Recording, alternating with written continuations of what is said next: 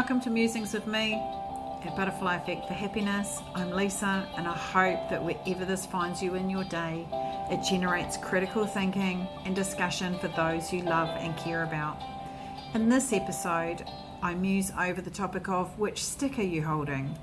This analogy about which stick are you holding comes from Esther Hicks and Abraham Hicks. I've listened to and read their books for many years, and it's taken me many of those years to be able to understand what the meaning behind it is. Or at least this is my take on it. I hope it helps you wherever you are in your life. I've actually used this analogy with many, if not all of my clients and family at some point.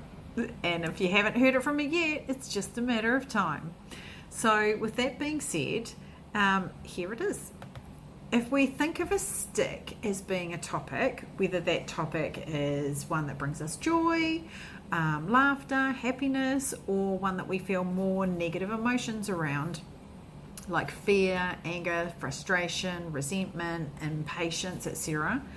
And it might be in relation to a person or a situation or a job or a relationship, a habit, money worries, weight issues, our kids and their behaviour or our behaviour to the kids, with the kids, an illness for ourselves or for somebody else, or somebody that we love, or whatever it is that you might focus on. So say I or you have 10 sticks in total in front of me.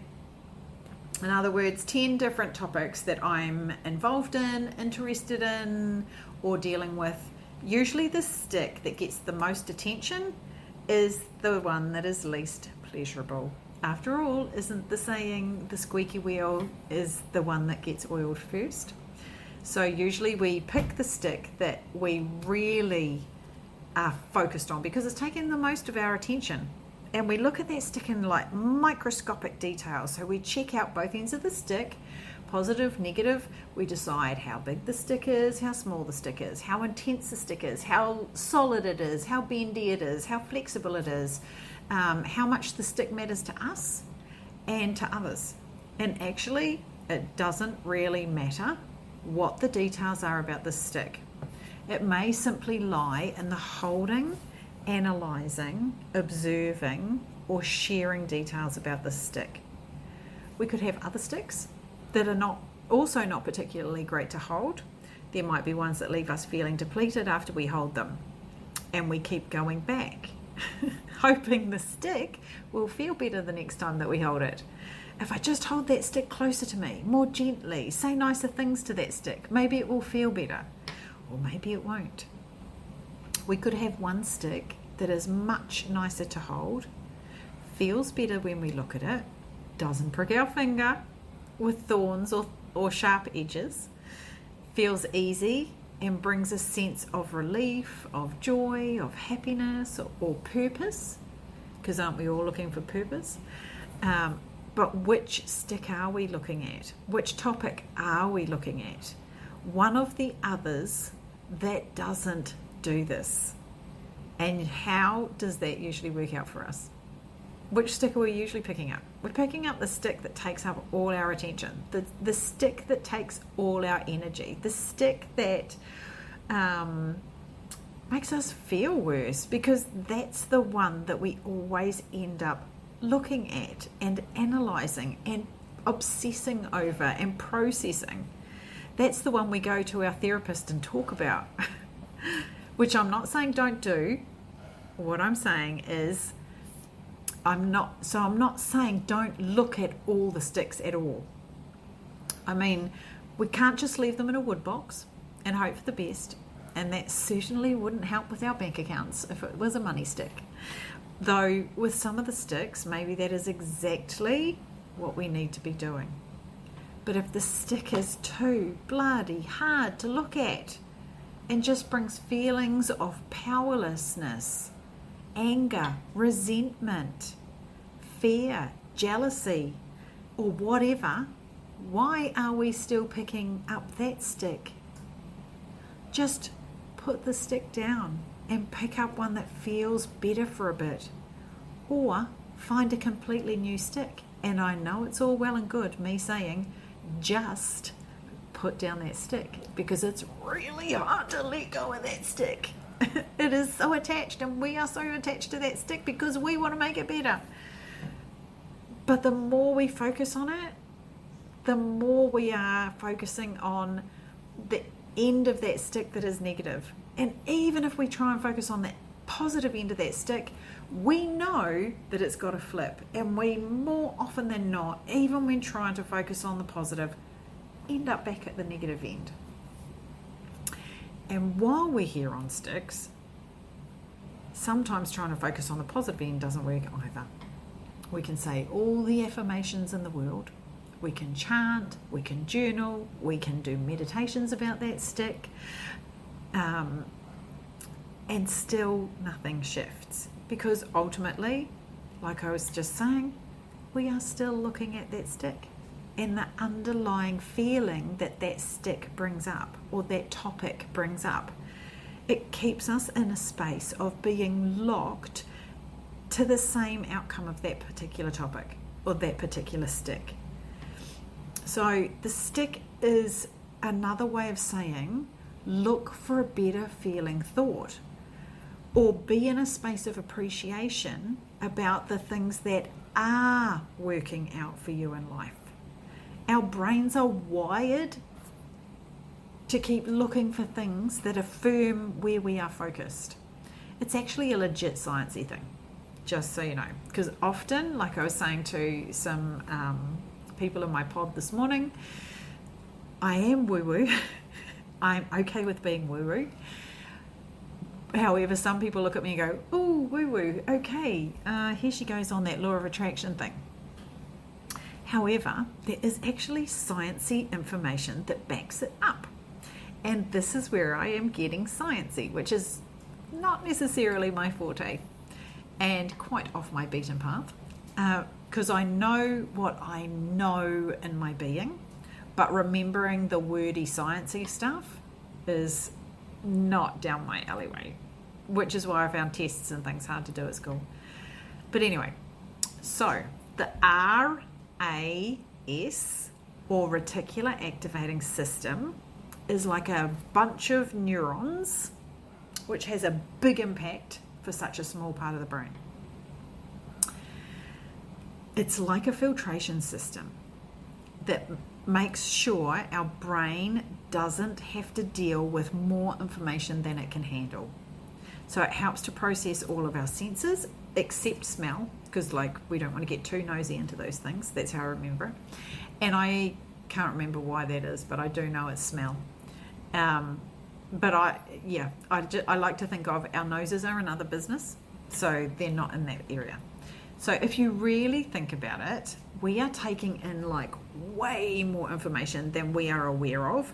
Even if you just sit and think about like peripheral vision, you are focused on this point, and if you have peripheral vision, you know that you are taking in all of this information. You're taking in visual, auditory, as in sound, you're taking in textures, you're taking in sizes, you're taking in what people are doing, what animals are doing. You've got so much information bombarding you, not just from here, but from here. So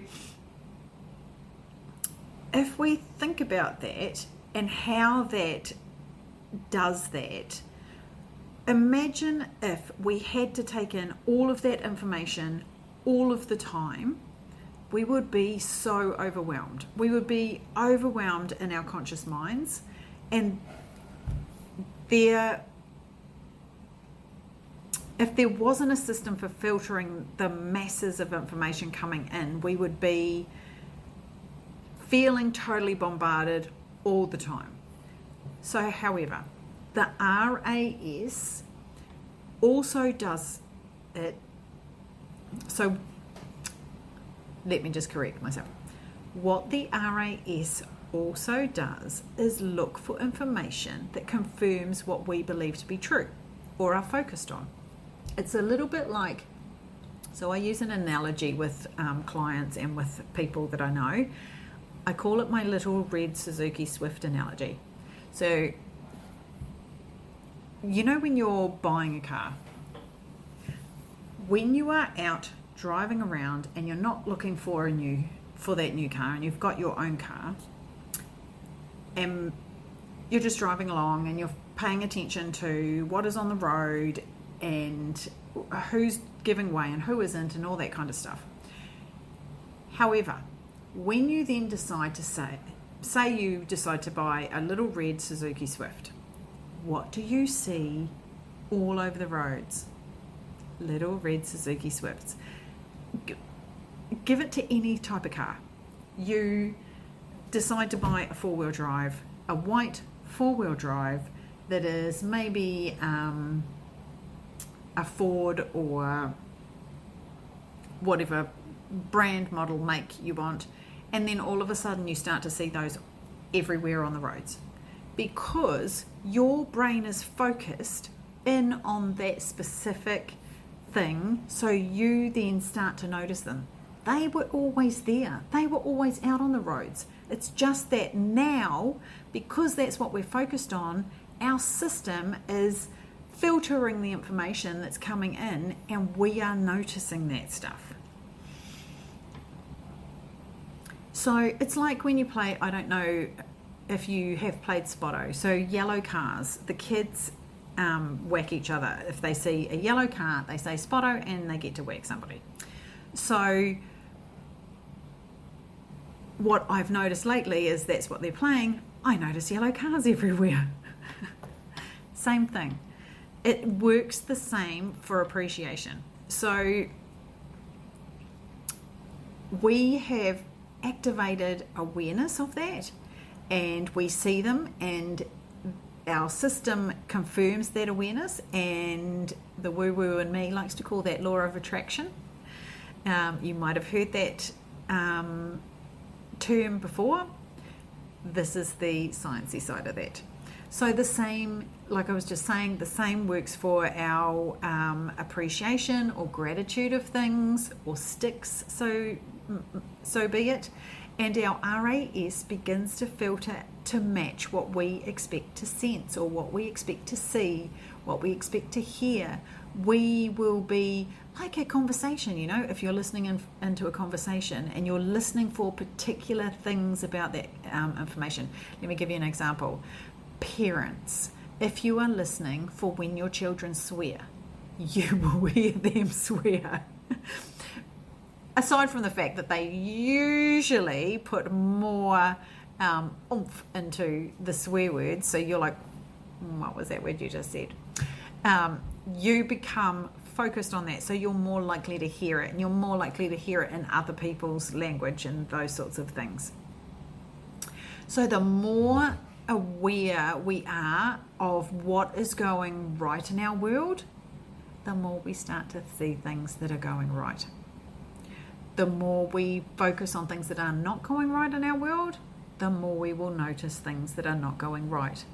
And that doesn't mean we just stick all our money into an account and we don't think about it and we just hope for the best, but we focus on, wow, that was really cool. Some more money came in. I really appreciate that.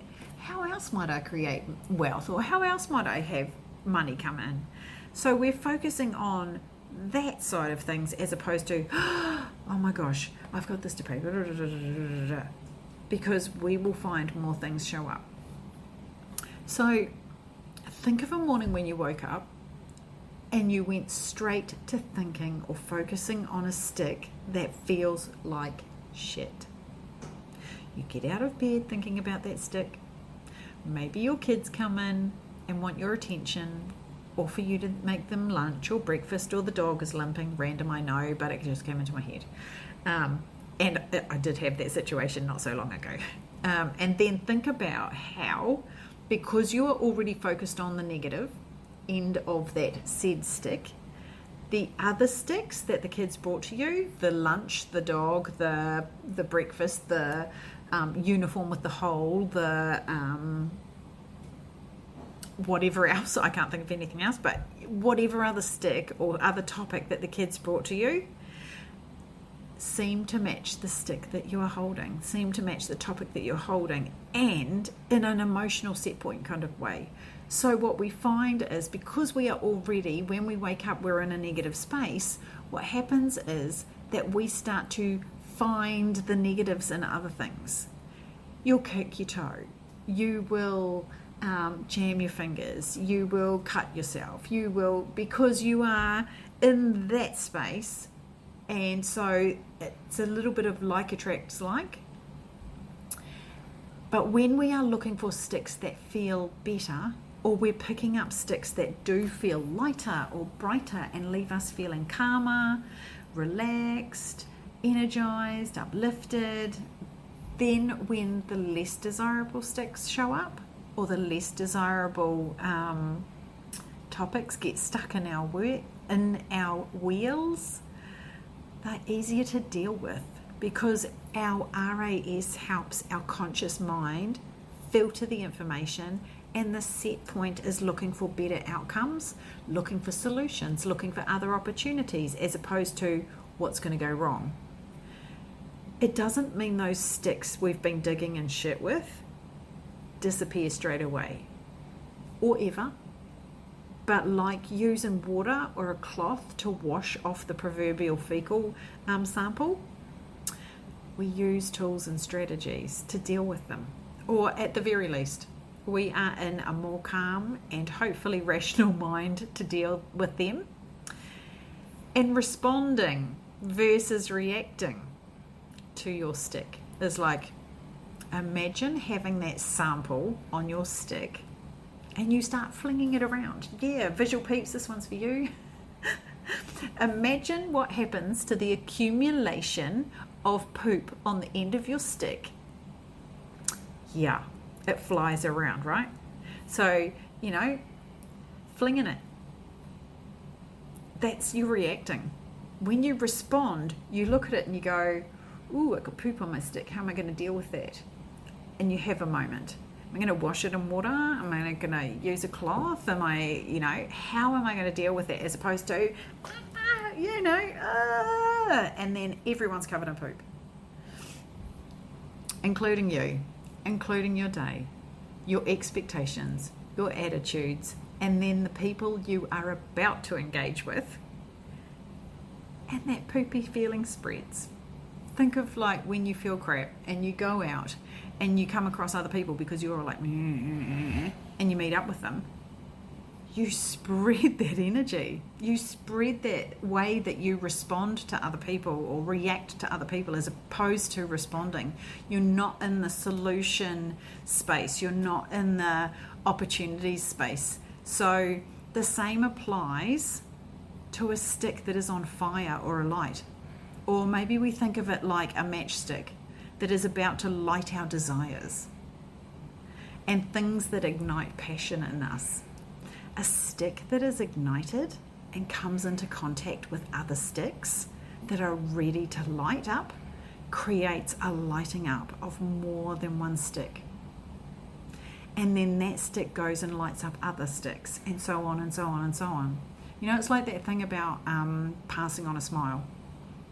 When you smile at somebody else, they are more likely to go and smile at somebody else. And on and on and on that goes. So if we are doing this consciously, we can purposefully ignite our own stick, not burn it down to the end, because we're not doing the candle at the both ends burning thing, but we're igniting our stick. We're igniting a positive stick. We are looking at our desires and we're looking at the things that bring joy to us. And we're using those and our own sticks to look at the ones that are already ignited so that we can spread that fire out into the rest of our lives. Does that make sense?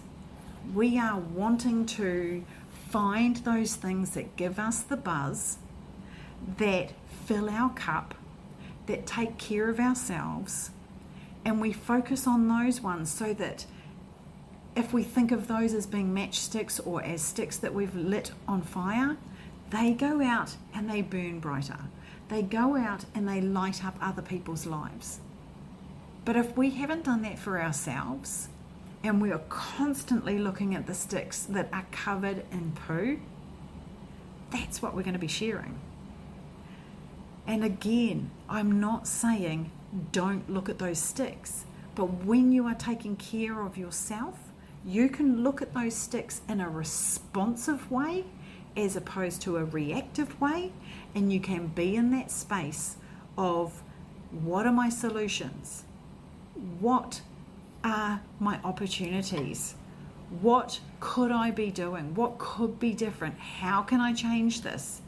It is so much better to be in a solution space than in a space of, and Kate Ruby Aroha, who is my coach that I follow, talks about roller door thinking.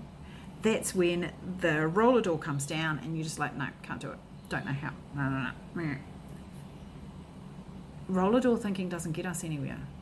But igniting our sticks, looking for the ones that make us feel better, they do. They help us to deal with the ones that aren't so awesome.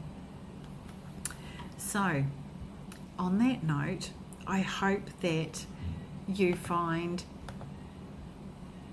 beauty in your day. And I truly hope that this has given you something to think about and to maybe share with others. Take care, and I will talk to you soon.